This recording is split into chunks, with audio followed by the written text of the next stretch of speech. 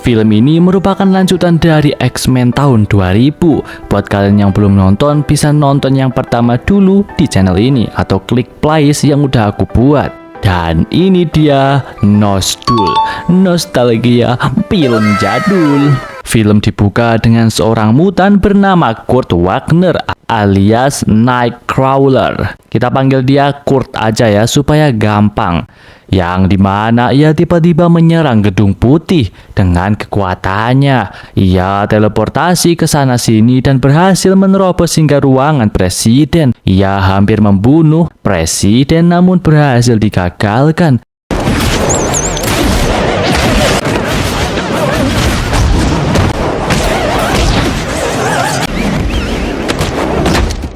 Sementara itu, Logan yang sedang berkelana akhirnya sampai di instalasi militer Danau Alkali, Alberta, tempat di mana dulu ia dimasukkan adamantium ke tubuhnya.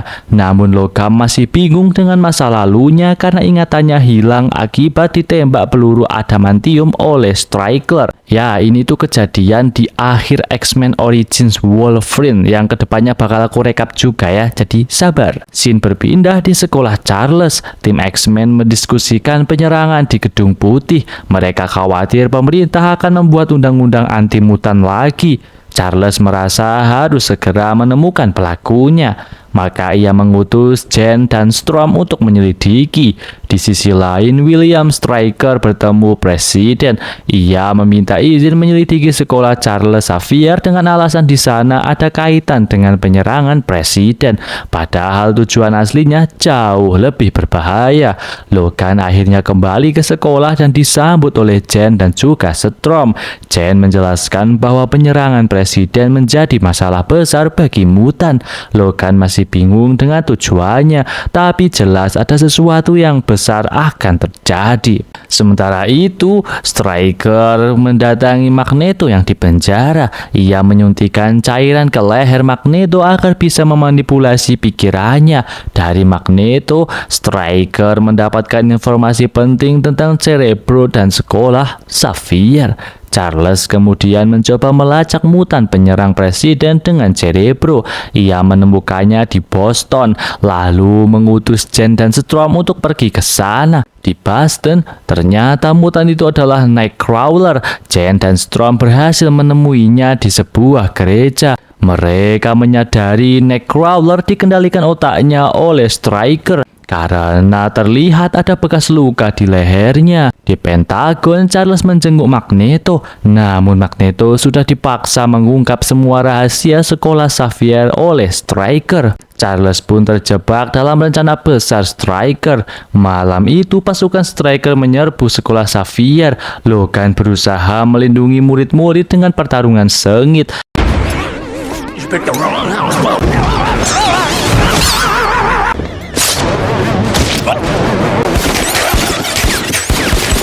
Para murid berhasil kabur dengan bantuan Iceman, Rogue, dan Pyro. Logan ikut bersama mereka kabur.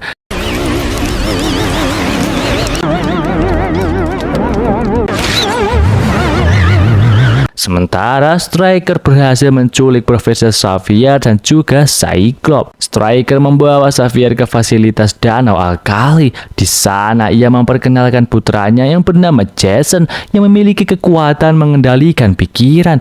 Jason dipaksa mengendalikan Profesor X agar bisa memusnahkan seluruh mutan melalui Cerebro. Sementara itu, Logan dan para mutan yang lain bersembunyi di rumah orang tua Bobby. Saat Bobby mengaku kepada keluarganya bahwa ia adalah mutan, adiknya justru melapor ke polisi ya. Polisi pun menyerbu rumah mereka. Pyro tak terkendali menyerang polisi dengan api sebelum akhirnya ditenangkan oleh Rogue.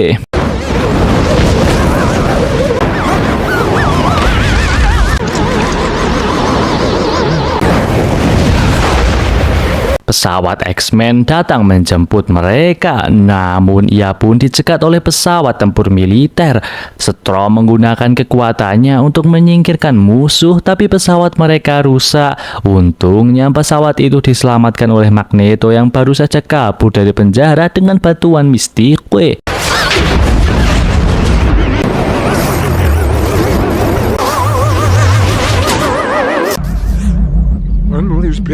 Magneto mengungkapkan rencana Striker yang akan memusnahkan semua mutan. Meski punya tujuan berbeda, Magneto dan X-Men terpaksa bekerja sama untuk menghentikan Striker. Mereka menuju fasilitas Danau Alkali.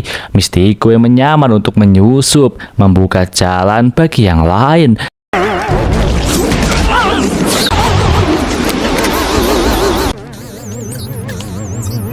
Sementara itu, Jason masih memaksa Xavier menggunakan Cerebro untuk membun-bun semua mutan di bumi.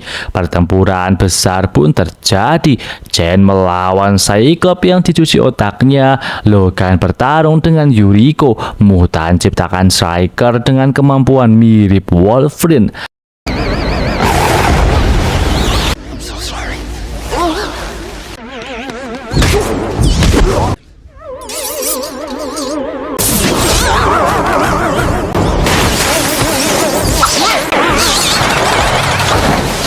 Akhirnya Logan berhasil mengalahkannya dengan menyuntikkan adamantium cair. Bendungan mulai retak akibat pertempuran. Sementara itu Magneto mengkhianati X-Men dengan mengubah target Cerebro dari mutan menjadi manusia, berniat memusnahkan umat manusia.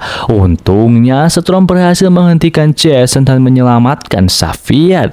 Bendungan benar-benar jebol. Semua orang berusaha kabur. Logan menemukan Striker dan hampir membun-bunnya, namun akhirnya hanya meninggalkannya terikat. X-Men dan murid-murid pun berhasil naik ke pesawat, namun bendungan pecah. Airnya pun menghantam. Jean pun mengorbankan dirinya untuk menahan air dengan kekuatannya agar pesawat bisa terbang.